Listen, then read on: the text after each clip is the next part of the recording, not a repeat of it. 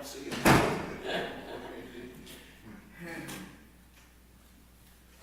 Gonna be camped out in the backyard. And I mean, even the Democrats now are getting upset with Biden over that. They wanted it. Yeah, oh, I got it. They got it.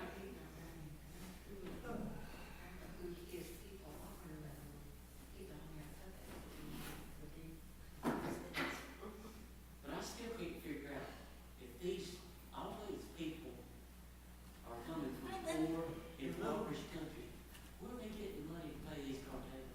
I don't know. Surely they can't have that much money saved up, all of them. They don't. They Oh, don't get off. the same way that all the Americans get all their money. Yeah. Credit cards, borrow, lenders, sharks. You take the cartel, take credit card. No, but I think you can go into a life debt with them. Yeah, so I mean, you can borrow. Yeah, I can see them name 5 different ways they're getting their money. Yeah. Yeah. They're all dressed. That's that you think. Yeah. That you think. Yeah, You don't know. I don't know, but if I can think of 5 ways. Yeah, Yeah. but if I was him, I wouldn't take stuff like that. Money. Well, I think they're selling themselves to get over here, to sell. But Part of it. Yeah, part of their it. children or, Oh, it's terrible. sometimes you're stuck. We're selling our children with the national debt, so what does it matter? And our grandchildren and our great-grandchildren. Yeah. And Joe wants to spend more. My mom and dad couldn't give us one. The world of politics. It's unbelievable. No, I was going to say, the world of politics. We, in the United States, we think we've got so much, but in the long, grand scheme of things, we're still so young and still figuring so much out. Yeah. I mean, in the grand scheme of empires. I don't know if we're figuring anything out or not. Yeah, well, We're trying. let me talk to you about this Persian king. Because he doesn't even pretend sometimes. Let's talk about this Persian king in chapter 3. And I'm going to do my best tonight. Have any of y'all ever typed up this really amazing in-depth Word document and then saved over it? Oh, yes. Oh, yes. Oh, yes. So I'm winging a little bit tonight on what I've got. We'll see how much I remember from all the stuff that I've worked up this week. All right, in chapter 3, we get introduced right here at the beginning to Haman, son of Hammedatha. Now, on the surface, I mean, honestly, you would think that Haman is an oddity. He has kind of an outlandish, almost unbelievable character. Or at least a character that we don't like to believe is possible. He literally comes out of nowhere, jumps over people more deserving, lords over his subordinates, encourages discord and forces the rule of people bowing to him, takes disobedience of one person out of the entire groups. He seems like a ridiculous character that we don't want to believe exists. Yet if we look around the world, y'all are talking politics, we find people like this all the time. Where wait a second, how did you get in power? How did you get away with that? What gives you the right to do this, this, and this? Well, I made it to power. This is Haman. So my question here is, why? Why in the world would the king promote Haman to what amounts to the prime minister of the entire empire?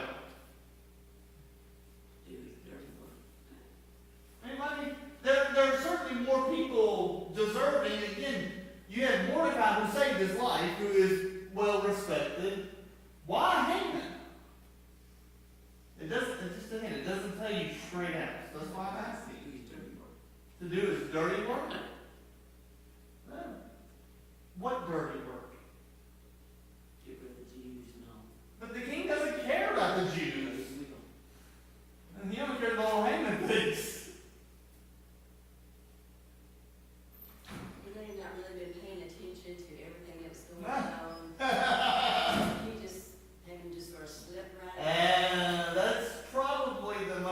accurate thing, as we'll see going forward. The king doesn't seem to be very observant. If someone says, oh, we should do this, he pretty much goes, well, that sounds good. Sounds worthwhile. Let's roll with that. Sounds familiar. So, I mean, Haman could, to your point, could have embodied some of the king's ruthlessness. It could have been a stickler, which is why he got in that position ahead of time. But more than likely, he was just in the right place at the right time. Somebody probably said, King, you need to do this, and the king says, nope, you do it. There you go. There bestows the power upon Haman. So one of the things that you had to do when Haman came in was you had to bow. You had to genuflect before Haman. Verse 5 it says, let's see, I'll make sure I get the right verse here. Verse 2. So all the royal officials of the king's gate knelt down and paid honor to Haman, for the king had commanded this concerning him. So it's a command by the king. He's in a position of power. You have to bow down to him. But Mordecai would not kneel down or pay him honor. Why? They only bow to God. He wasn't his God. He wasn't. Okay. Not that it's not a reason for him not doing it, they say, but that Israelites had bowed to other kings.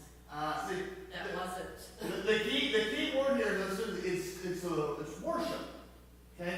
The Israelites were not allowed to worship anymore. That's why you see in Daniel, they say that when the trumpets plays, you have to bow down and worship. This is just bowing. It's a show of respect. Basically, he's just supposed to lower his head and give him respect. He's not raising him up as a god, so why didn't Mordecai do it? I mean, that might be part of it, because the Persian king did consider himself a god. So, in a stretch, you could say Haman, by order, could be worshiping other gods. I don't think that's wholly it. So why do you think he couldn't do it? This does. It says exactly. It says exactly. Yeah.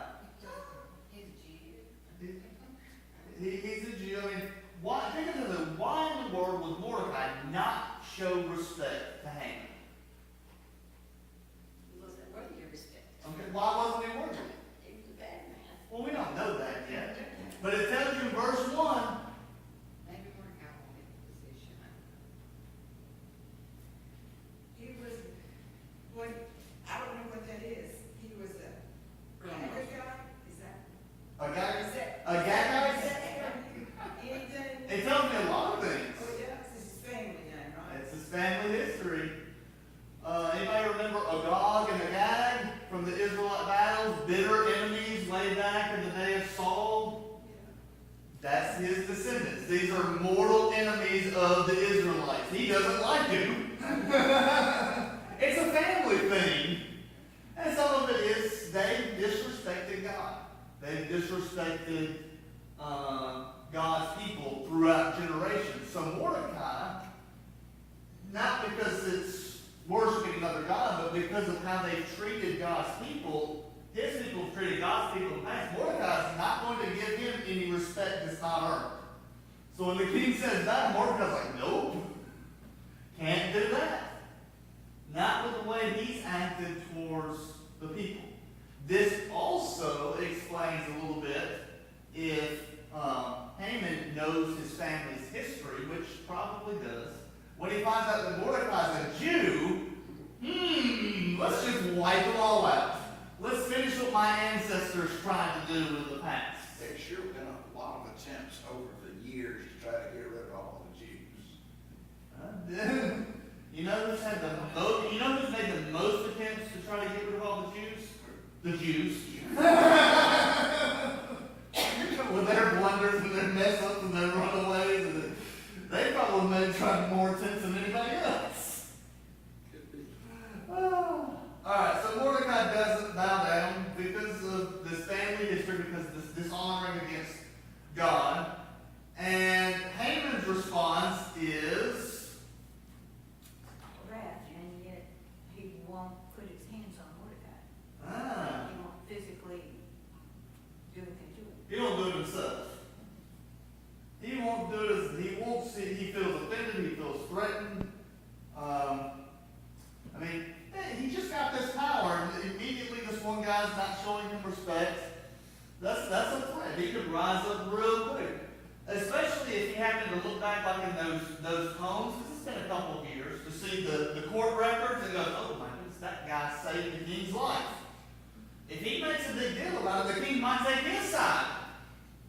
So better eliminate that first. So he comes up with a plan to kill not Mordecai, to destroy all of Mordecai's people throughout the entire kingdom of Xerxes. Now, what does that entail? Who would that be?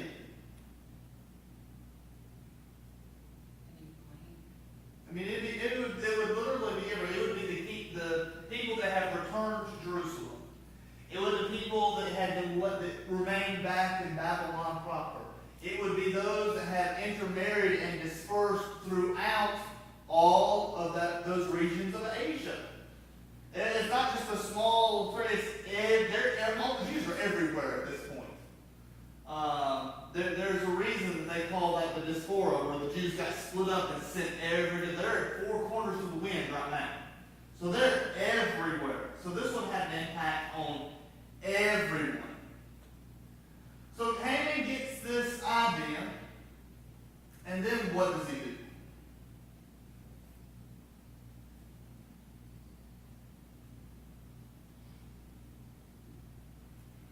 He talks to the king. Okay, what does he do before he talks to the king?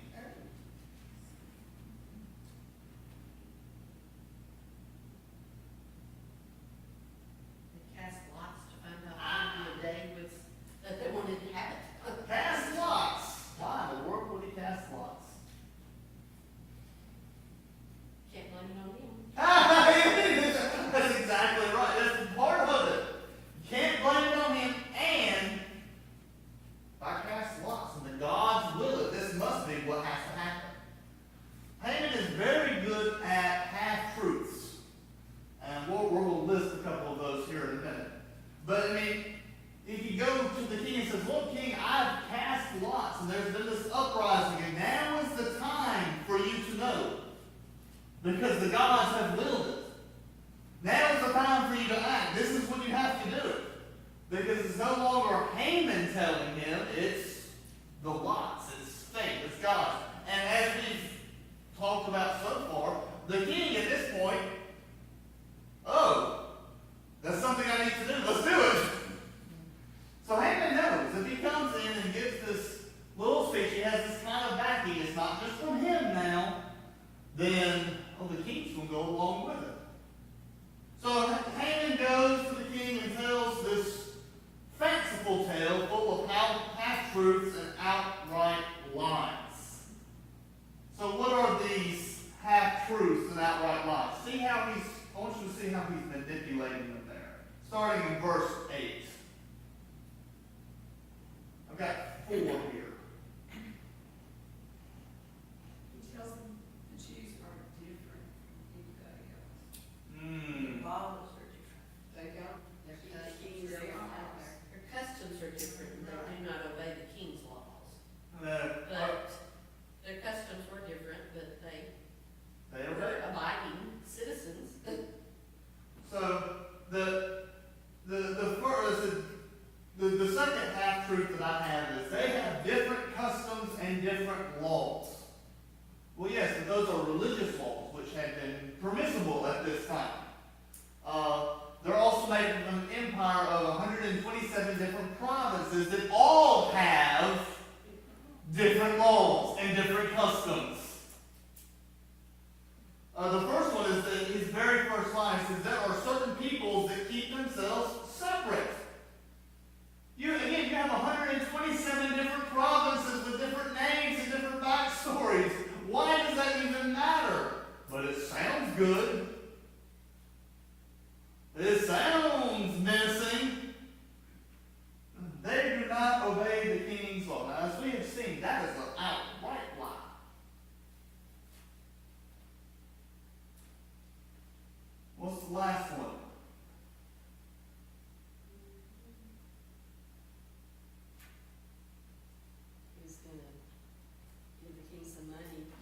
Well, so we'll get to that in just a minute. But the last thing he says is it's not in the king's best interest to tolerate them. I mean, again, that's a complete lie. If you look at the history, the Jewish people have been beneficial to the empire, and literally to him personally saved his life. Two of them saved his life.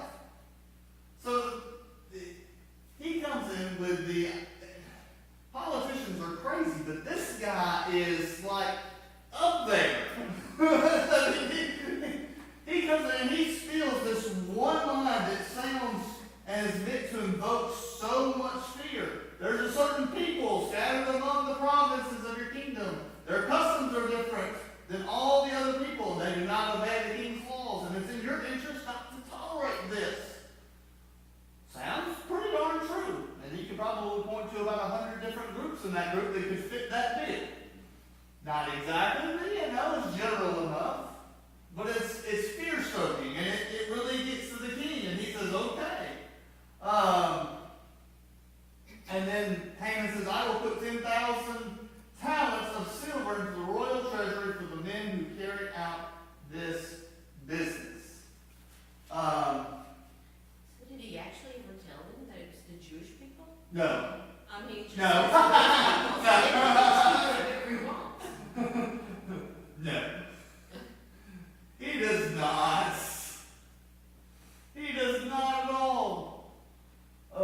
And this is where we see the king just like, okay, just roll with it. Because verse 10 says, so the king took his signet ring from his finger and gave it to Haman's son, the Agag, the enemy of the Jews, and says, keep the money and do with the people as you please. What does that signify? The king giving him the signet ring. Not just to do what he said, he has the power to do anything. With that, I mean, if it was just a good king. A good king was, okay, I see that, write it up, let me read it, and let me seal it, and we'll send it out. Okay, and come send it across my desk, and I'll put my stamp of approval. No, here, you go approve whatever you want to do. Just have fun with it. Go with it.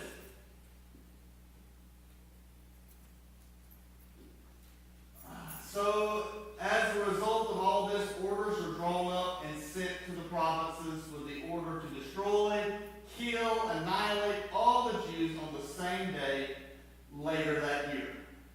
And it was made known in all the land. Now,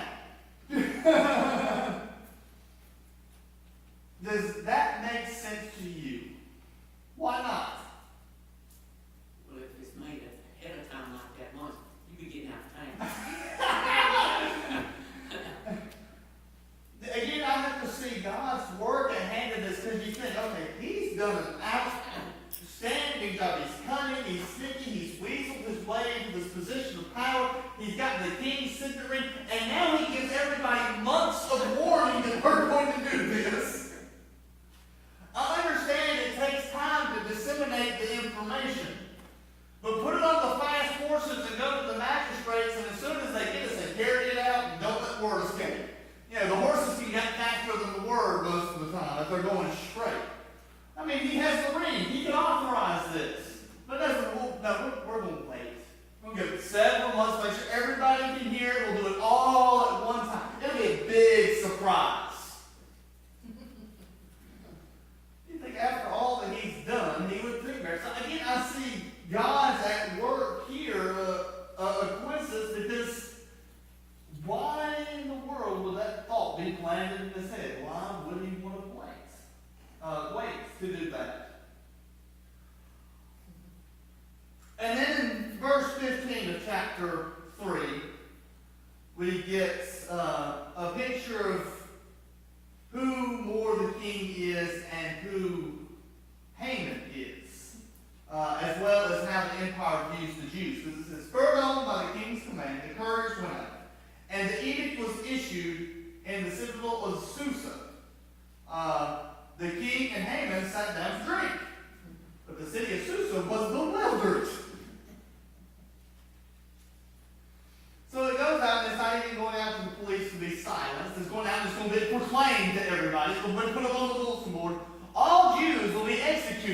this day and this month of the year.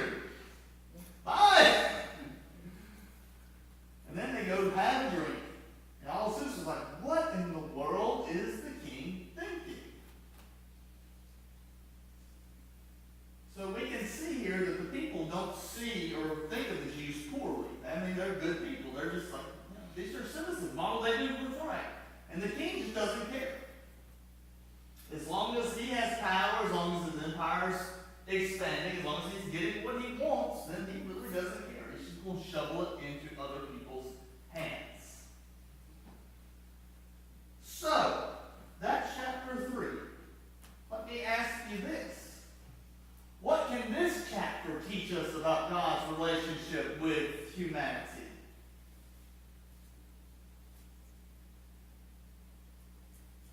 Other than the God works behind the scenes is kind of the theme of the whole book. Where do you see God in this? What does this tell you about God?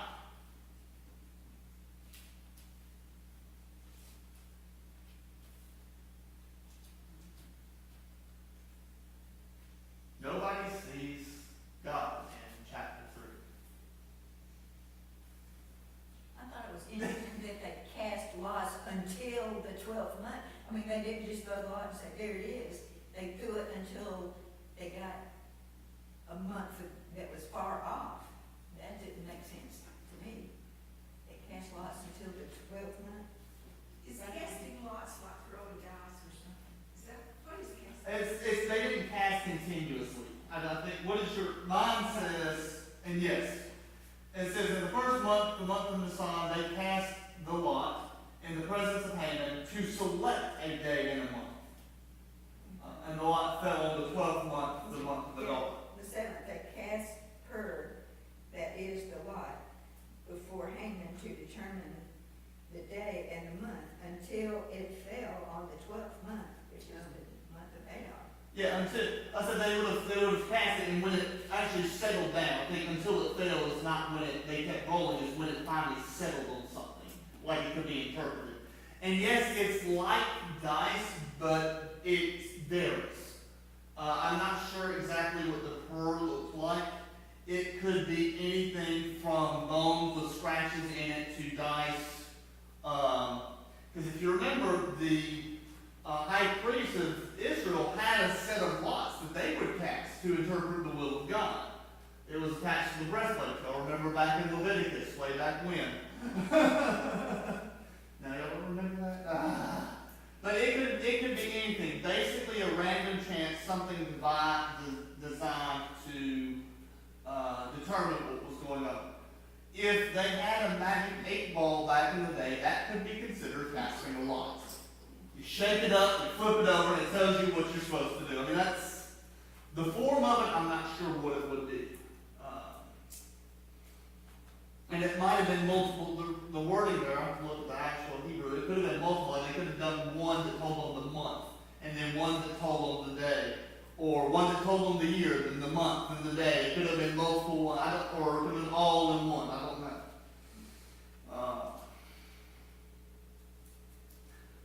So you saw God in the casting of lots? Well, yeah, I was We gave them 12 months to get out. They had time to get away if they Yeah. needed to. There was some. The only thing is all those people that are way up in the middle of the territory Mm-hmm. would have a long ways to go. Through a lot of hostile country. Yes. Yeah, I mean, that's depending on where they were. They might not could make that journey Right. to get. I mean, and seriously, where are they going to go? Yeah. Because it's like, oh, we'll just go back to Jerusalem, but that's under Persian control. That's one of the provinces. There's going to be guards that come in there too. But the only place you could go is Greece or make it down past Egypt to the other side of the Nile, into modern Africa. I mean, that's but the only two places you could go. If you get there, would be incredibly difficult. The people in Jerusalem would have the best bet because they're already closer by, but they're also one of the last ones to get the word.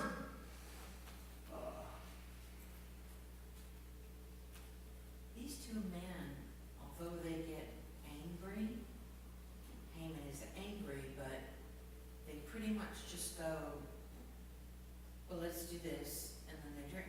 Yep. So these aren't really guys that follow through, or, I think it's the nature of these two men to just party together and not, Yeah. once they get creative, it's like, okay. Well, I mean, that's true, but it also makes sense because if it has the king's seal on it, and you don't do it, you die. Think of the time. I mean, we'll see this in chapter 4. If you even come, I mean, there's a law that said if you come into the king's presence unannounced and uninvited, you die. And it's not, he can kill you. The base law is you come into presence, you die, unless you're forgiven. So if it's got the king's seal on it, the expectation is that it's going to be carried out without worry, without fear, without, it's absolute. That's the assurance that they have in their own power. So it makes, to me, makes sense that they drink. We, on the other hand, know that their power is not as absolute as they might be living in right now. Anything else?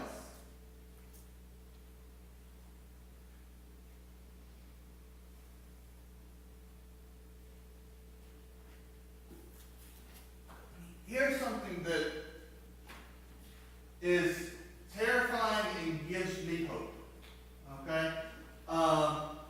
We talk a lot about God working in the background. But usually when you think about that, you think about God moving pieces and shifting things. But this, because of Haman casting the lots, because of his drinking, because it's not following through, which seems kind of out of character, it also shows that God is directly influencing the enemies of his people. That God is actually pushing